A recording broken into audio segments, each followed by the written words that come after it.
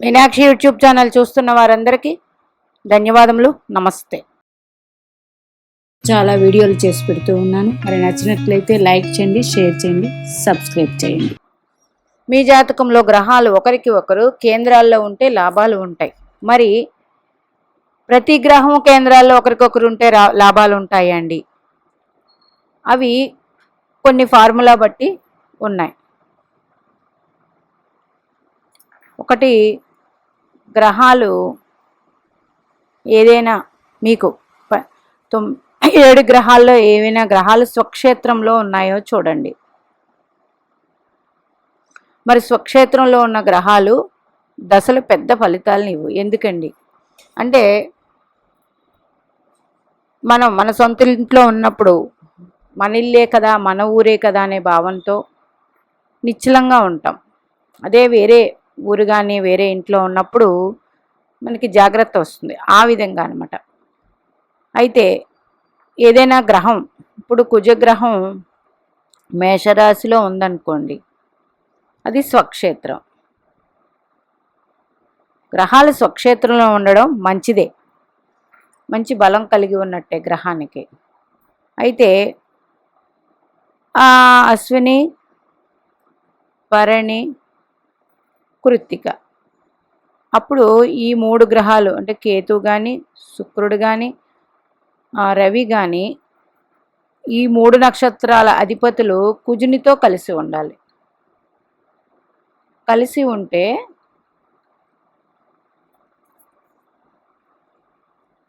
కుజగ్రహం ఈ గ్రహాలకి బలం ఇస్తుంది.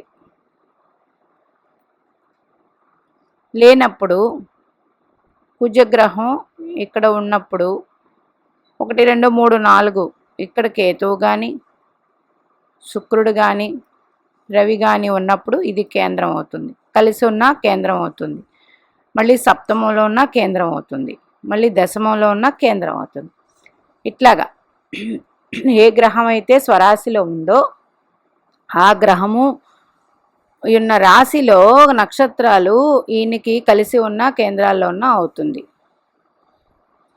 ఎందుకంటే మాకు గ్రహాలు స్వక్షేత్రంలో ఉన్నాయండి, మాకు ఎలాంటి ఫలితం పెద్దగా లేదు ఆ దశ అని ఒకరు అడిగిన ప్రశ్న.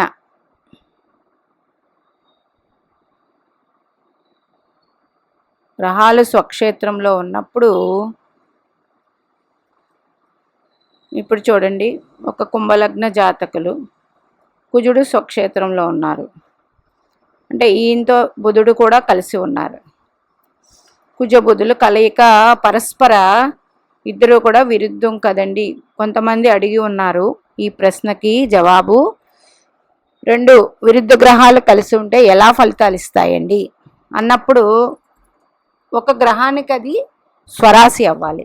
అయ్యి ఈ బుధుడు ఉన్నాడు కదా, ఇందులో జ్యేష్ఠ నక్షత్రం ఉంది, అనురాధ ఉంది, ఓకే, విశాఖ ఉంది.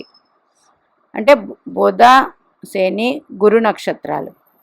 ఈ కుజుడితో గురుడన్నా కలిసి ఉండాలి, ఈ కుజుడితో శని అన్నా కలిసి ఉండాలి, ఈ కుజుడితో బుధన్నా కలిసి ఉండాలి. ఉన్నప్పుడు బుధుడికి బలాన్ని ఇస్తారు కుజగ్రహం. అప్పుడు బుధ మహర్దశ బాగుంటుంది. ఇలా తీసుకోండి. ఎందుకంటే కుంభలగ్నానికి కుజుడు యోగకారకుడు కాదు, తృతీయ దశమాధిపతి. అయితే ఇక్కడ కుజుడు ఇక్కడ దిగ్బలం కూడా పొందాడు. ఈ దిగ్బల ఫలితం బుధునికి ఇస్తారు. బుధ మహర్దశలో వీరికి అద్భుతమైన ఫలితాలు ఉంటాయి. ఇలాగా ఏదైనా గ్రహం కలిసి ఉంటే, స్వరాశిల్లో ఉంటే, ఆ గ్రహం ఉన్న రాశిలో 3 నక్షత్రాలు ఉంటాయి. ఆ 3 నక్షత్రాధిపతులు వీరికి కలిసి ఉండాలి లేదా కేంద్రాల్లో ఉండాలి. ఉంటే మంచి ఫలితాలు ఉంటాయి 100%. ఓకే. బుధుడు ఉచ్చ పొంది ఉన్నారు. ఇందులో చిత్త ఉంది, హస్త ఉంది, ఉత్తర ఉంది. అంటే ఈ బుధుడితో రవి కలిసి ఉంటే బుధాదిత్య యోగం. ఓకే. ఈ బుధుడితో కుజుడు కలిసి ఉంటే మంచిదే. అప్పుడు బుధుడికి ఈ కుజుడు కేంద్రాల్లో ఉండాలి, అంటే కుజుడు మిథునంలో ఉండాలి. అప్పుడు ఉన్నప్పుడు కుజగ్రహం మంచి బలమైనది అవుతుంది.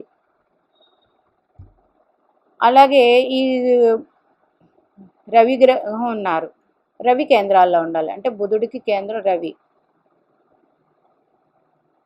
రవి ఇట్లాగా మీ జాతకాల్లో ఒకరికొకరు గ్రహాల కేంద్రాల్లో ఉన్నప్పుడు ఆ గ్రహాలు ఏదో ఒక గ్రహం స్వరాశుల్లో ఉన్నట్లయితే అందులో ఉన్న నక్షత్రాధిపతులు ఈ గ్రహానికి కేంద్రాల్లో ఉంటే అవుతుంది. ఒకరు అడిగిన ప్రశ్న ఇది. రెండవది, విరుద్ధ గ్రహాలు మాకు కలిసి ఉన్నాయండి అని ఒకరు అడిగిన ప్రశ్న, మంచి చేస్తాయా? మంచి చేస్తాయంటే ఈ ఫార్ములాలో మంచి చేస్తాయి. అంటే మిథున రాశిలో బుధుడు ఉన్నారు, ఓకే. నాకు తెలిసి ఈ మధ్యకాలంలో బుధుడు మిథున రాశిలో ఉన్నప్పుడు ఇక్కడే గురుగ్రహం కూడా ఉన్నారు. మిథునంలో పునర్వసు నక్షత్రం ఉంటుంది, అంటే ఈ నక్షత్రాధిపతి ఇందులో ఉన్నారు కాబట్టి వీళ్ళిద్దరూ కలిసి ఉన్నప్పుడు మంచి యోగం ఉంటుంది, ఓకే. రేపు 17వ తారీఖు ఎప్పుడు? ఆగస్టు 17వ తారీఖు చూడండి, రవి సింహరాశిలోకి వస్తారు. ఇక్కడ కేతు ఉన్నారు, గమనించండి. ప్రజెంట్ కేతు ఉన్నారు ఇక్కడే. ఇందులో మఖా నక్షత్రం ఉంది, పుబ్బ ఉంది, ఉత్తర ఉంది, ఓకే. ఉత్తర అంటే రవి నక్షత్రమే, ఇక్కడ రవి నక్షత్రమే. రవితో పాటు కేతువు ఇంకా శుక్రుడు కర్కాటక రాశిలో ఉన్నారు, నెక్స్ట్ వస్తారు. ఎందుకంటే రవికి దగ్గరగా బుధ శుక్రులే తిరుగుతూ ఉంటారు. ఉన్నప్పుడు ఈ కేతువు ఇక్కడే ఉన్నారు కాబట్టి కేతు మహర్దశ ఎవరికైనా జరుగుతూ ఉన్న ప్రజెంట్ ఎప్పుడు గోచారంలో వాళ్ళకి బాగుంటుంది. గోచారంలో కేతు అక్కడ ఉన్నారు కాబట్టి రవి వచ్చి కలుస్తారు కాబట్టి ఒక నెల కేతు అక్కడ ఉన్నారు కాబట్టి కేతు మహర్దశ జరిగే వాళ్ళకి చాలా అద్భుతంగా ఉంటుంది. అలాగే మీ జన్మ జాతక చక్రంలో కేతువు రవి కలిసి ఉంటే, వీళ్ళిద్దరూ మిత్రగ్రహాలే, కలిసి ఉంటే అది పాపగ్రహం అయినప్పటికీ రవి స్వక్షేత్రంలో ఉండి ఈ కేతువుతో కలిసి ఉన్నారు కాబట్టి కేతు దశ అద్భుతంగా ఉంటుంది. అట్లాగే శుక్రుడు కూడా ఇక్కడే ఉన్నారండి. మరి మౌఢ్యమి కదా, శుక్రుడు రవితో కలిసి ఉన్నప్పుడు మౌఢ్యం వస్తుంది. మౌఢ్యమి అంటే దగ్గరగా ఉండడం. డిగ్రీస్ ఆధారంగా మనకి మౌఢ్యం ఉందా లేదా అన్నది నిర్ణయింపబడుతుంది, దాన్ని బట్టి ఉంటుంది. మౌఢ్యం అంటే ఏం లేదు, ఆ గ్రహానికి బలం తగ్గుతుంది. కానీ మౌఢ్యంలో ఉన్నప్పుడు గుర్తుపెట్టుకోండి, రవిగ్రహానికి దగ్గరగా ఉంటే ఆ వేడికి తట్టుకోలేక ఆ గ్రహం ఇబ్బందులు అవుతుంది. కానీ ఆ రవిగ్రహం యొక్క వెలుగు సంపూర్ణంగా శుక్రుడి మీద పడుతూ ఉంటుంది, గురుడి మీద పడుతుంది. మౌఢ్యంలో ఉన్నప్పుడు ఆ వేడికి ఆ గ్రహాలు, సున్నితమైన గ్రహాలు తట్టుకోలేవు కాబట్టి ఆ గ్రహాల యొక్క కారకత్వాలు ఇచ్చే ఫలితాలు నశిస్తాయి. కాబట్టి మౌఢ్యంలో ఏ పనులు చేయకూడదు అంటారు. అంటే శుక్రబలం దేనికి కావాలి? వివాహానికి కావాలి. అట్లాగే మనకి సంబంధించిన భోగభాగ్యాలన్నిటికీ కూడా శుక్రుడే కారకుడు.